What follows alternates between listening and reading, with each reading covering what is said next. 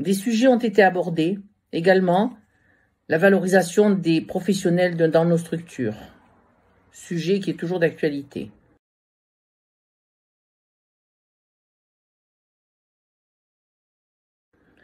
J'ai pu visiter 2 ESAT et notamment un atelier de Falck, facile à lire et à comprendre, qui se développe de plus en plus sur tout le territoire. Cela deviendra indispensable à l'avenir.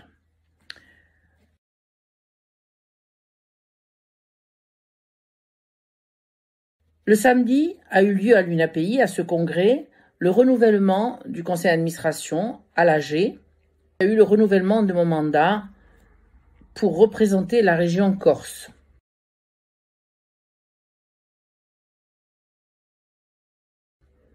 La plus-value pour notre association de siéger à l'UNAPI est la richesse des échanges de nos expériences avec toutes les régions, y compris les régions outre-mer.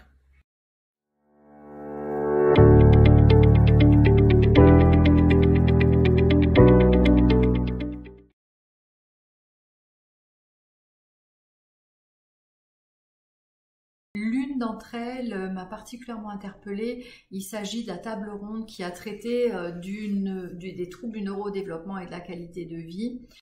Une intervenante en particulier a retenu mon attention. Il s'agit d'Hélène Gertz, qui est docteure en sciences psychologiques et de l'éducation. Et je vous invite à aller chercher ces vidéos qui sont fort intéressantes sur Internet, puisque on peut retrouver des interventions qu'elle a pu avoir au cours de congrès et de séminaires. Voilà, donc Hélène Gertz.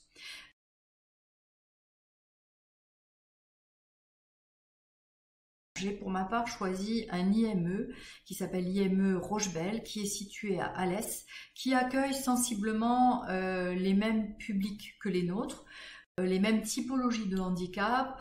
En termes de capacité d'accueil, on est sur les mêmes bases quasiment que les nôtres, si ce n'est qu'ils ont un plus grand nombre de personnes en situation de polyhandicap. Voilà, mais globalement un IME dans lequel on pourrait se retrouver, on pourrait retrouver le nôtre, avec des pratiques assez dynamiques en termes d'inclusion. D'ailleurs, la journée était intitulée l'inclusion dans tous ses états.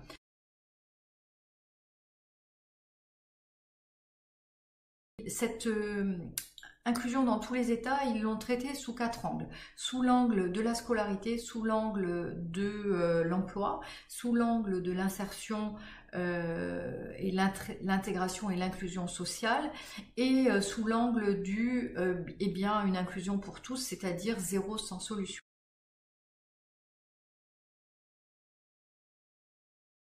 Alors, en termes de scolarité, 2 actions en particulier. La première, c'est la création d'une équipe mobile d'appui médico-social à la scolarité. Il s'agit pour cette équipe de professionnels de l'IME, donc une équipe dédiée vraiment à cette activité-là, d'aller accompagner, former les enseignants dans leur classe. C'est-à-dire que ce sont les écoles, les collèges, les lycées, voire l'enseignement supérieur qui appellent les masses en disant « Voilà, je rencontre des difficultés actuellement dans la prise en charge d'un jeune que j'ai en classe et qui présente des troubles et je ne sais pas les gérer. Voilà, je ne sais pas les gérer. Pouvez-vous venir m'accompagner dans ma démarche ?»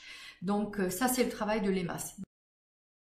Ensuite, on nous a présenté une unité d'enseignement pour enfants polyhandicapés, une unité d'enseignement externalisée. On nous a présenté le projet parce qu'elle va ouvrir en septembre 2022. Aujourd'hui, ils ont passé leur visite de conformité et ils sont OK pour un démarrage à la rentrée scolaire.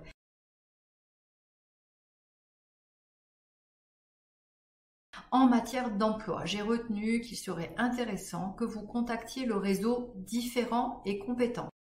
Ainsi, Différents et Compétents. Vous les trouverez également sur Internet et je vous invite vraiment à rentrer en relation avec eux, particulièrement donc l'IM-Pro et l'ESAT. Leur devise, c'est libérer les potentiels qui sont enfermés dans les incapacités. C'est dire en fait qu'il faut arrêter de parler uniquement des incapacités, mais que derrière ces incapacités, malheureusement, on enferme des potentiels et que ces potentiels-là, va falloir aller les chercher et les faire émerger. Donc eux travaillent activement aussi à la reconnaissance des acquis et de l'expérience.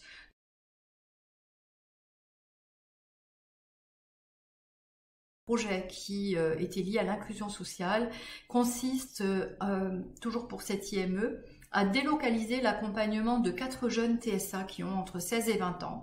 Leur activité, à partir de, je crois que c'est au 1er juillet, se déroulera totalement dans un appartement en centre-ville. Alors il ne s'agit pas d'un hébergement, ils ne sont pas internes, ils sont tous externes, mais la journée se passe dans cet appartement centre-ville, au milieu de tout le monde, au milieu de tout, dans la cité.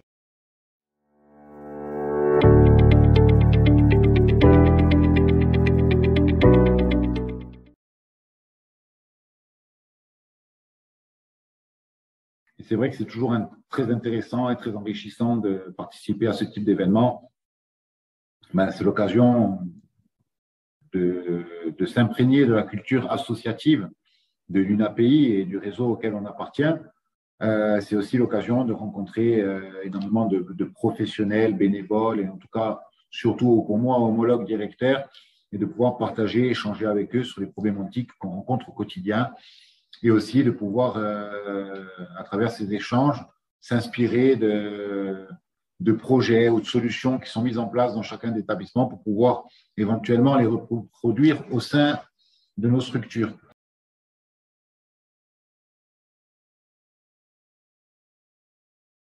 En ce qui me concerne, et en qualité de directeur d'ESAT, mon choix s'est orienté vers un parcours où il y avait un ESAT. Et donc, c'est l'ESAT, les ateliers Via Europa, proche de Béziers, de l'ADAPI Ouest Hérault.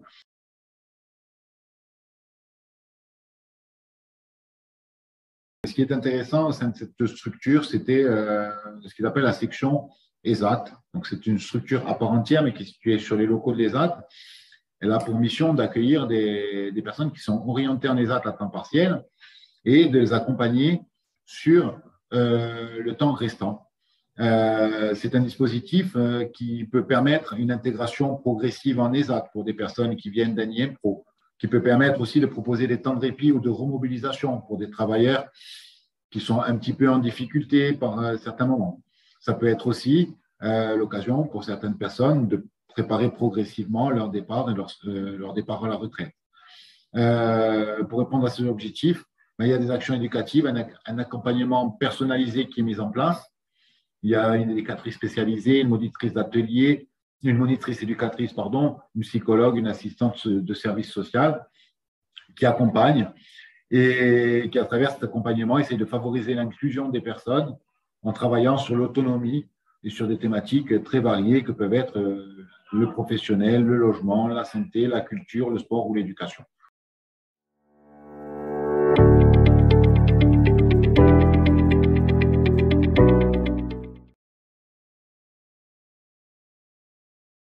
Je me suis inscrit sur un parcours le jeudi matin qui portait sur la visite de 2 IME.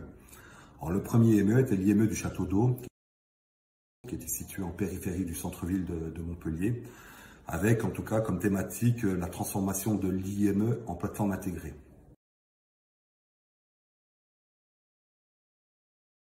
La visite, en tout cas, a porté essentiellement sur un peu une présentation des locaux et sur justement la réhabilitation des locaux par rapport à une évolution d'offres de services. Lors de cette visite, il y a 3 points ont plus particulièrement retenu mon attention. La première revenait un peu au niveau RH sur du taux d'encadrement. Voilà, ils accueillent des enfants, pas par type de handicap, mais plus par catégorie d'âge, avec un taux d'encadrement de 2,5 ETP pour 5 enfants âgés de moins de 10 ans et un taux d'encadrement de 3 ETP pour 9 enfants âgés de plus de 10 ans. Le deuxième point était une salle dédiée à l'éducation à la vie affective, relationnelle et sexuelle. Donc vraiment une salle aménagée pour aborder ces questions-là avec les jeunes en individuel ou en groupe. Un professionnel qui est formé sur ces questions avec la possibilité également de l'intervention d'un psychologue.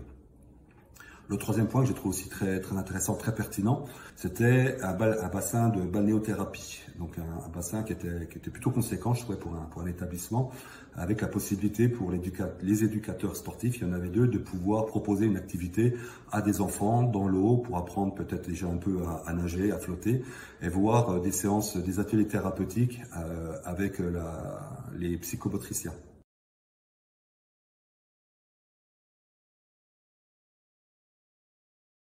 deuxième IME, qui est un IME qui, bon, en tout cas, s'est rapproché un peu plus du centre-ville, qui s'appelle l'IME Les Mûriers. L'agrément de l'IME Les Mûriers, c'est plus des adolescents et jeunes adultes âgés de 12 à 20 ans, avec un retard mental associé pour certains également à des troubles de la sphère autistique. Alors, on n'a pas eu de visite d'établissement, c'était pas forcément l'objet. L'objet, c'était plutôt sur la présentation d'un dispositif qui s'appelle Émergence. Or, Émergence est un espace collaboratif pour faire le trait d'union entre le milieu ordinaire, le milieu pour protéger, au service de l'inclusion et de la RSE, donc la responsabilité sociétale des entreprises. Très simplement, le directeur nous expliquait que lors d'une évaluation externe, il s'était beaucoup questionné sur, en tout cas, l'ouverture d'établissements sur l'extérieur. Ils avaient déjà à l'époque une PFO, une plateforme d'ouverture, mais ils mesuraient un peu les limites de cette plateforme. Il s'est dit qu'il y avait en tout cas tout un travail à mener en termes de communication, de partenariat, de visibilité, sur cette volonté de vraiment s'ouvrir sur l'extérieur.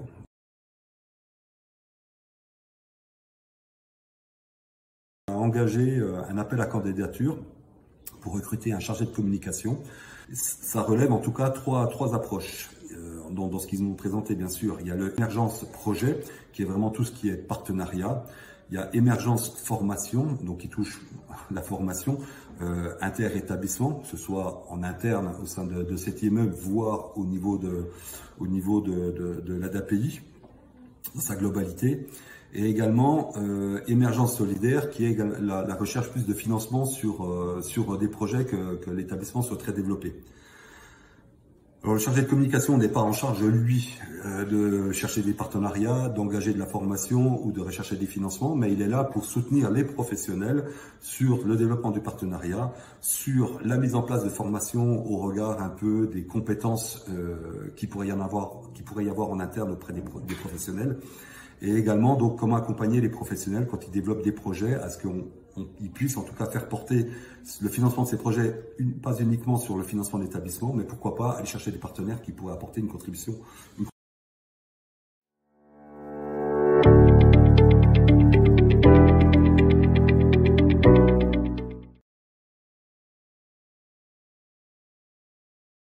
J'ai pu visiter un CEMA, qui est un centre d'évaluation et de mobilisation des aptitudes. Ce centre offre aux personnes en situation de handicap un accompagnement global et adapté pour construire un projet de vie individualisé. Ce centre a pour principale mission d'aider ce public à acquérir l'autonomie dans sa vie professionnelle, dans sa situation de vie ou encore dans son projet de retraite.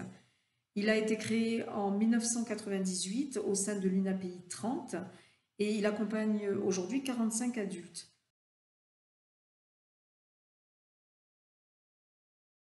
Le centre propose 3 dispositifs, donc la passerelle insertion pour préparer au monde du travail adapté. Le public concerné peut être des jeunes accueillis en IMPRO et qui ne peuvent pas directement intégrer une structure de travail protégée, ou encore cette passerelle peut être proposée à des personnes porteuses de handicap ayant besoin de se remotiver ou de redéfinir un projet professionnel. Le CEMA propose également le pôle mobilisation qui est ouvert aux personnes qui travaillent en ESAT et qui ont besoin d'être mobilisées ou remobilisées par le renforcement de leur aptitude ou par la valorisation de leurs capacités. Donc, ce pôle mobilisation propose plusieurs activités, comme des activités d'expression, des activités d'utilité sociale, des activités visant à maintenir les aptitudes cognitives, ou encore des activités physiques ou des activités détente. Le CEMA propose également la passerelle équilibre pour construire un projet de retraite adapté dès 55 ans.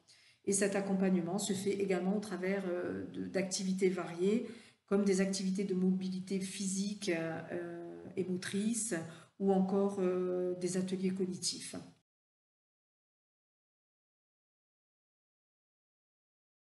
J'ai eu aussi l'occasion de visiter donc le CEMA et où j'ai eu la présentation des activités ou des ateliers qui sont proposés au sein de ce centre et qui visent à responsabiliser les personnes quant à leur environnement.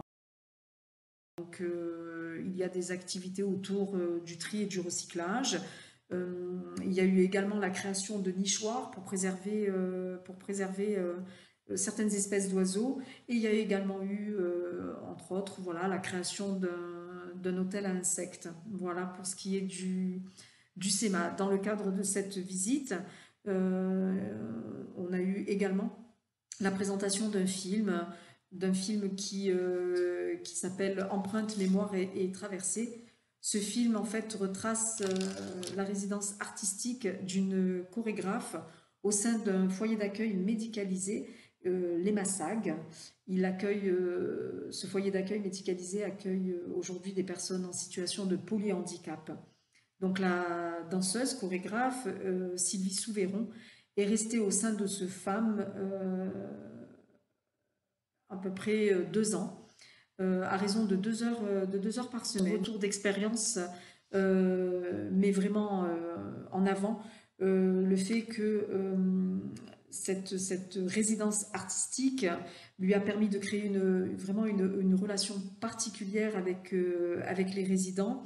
Et voilà, ce temps de rencontre a permis de tisser des liens et d'ouvrir de réels espaces d'échange.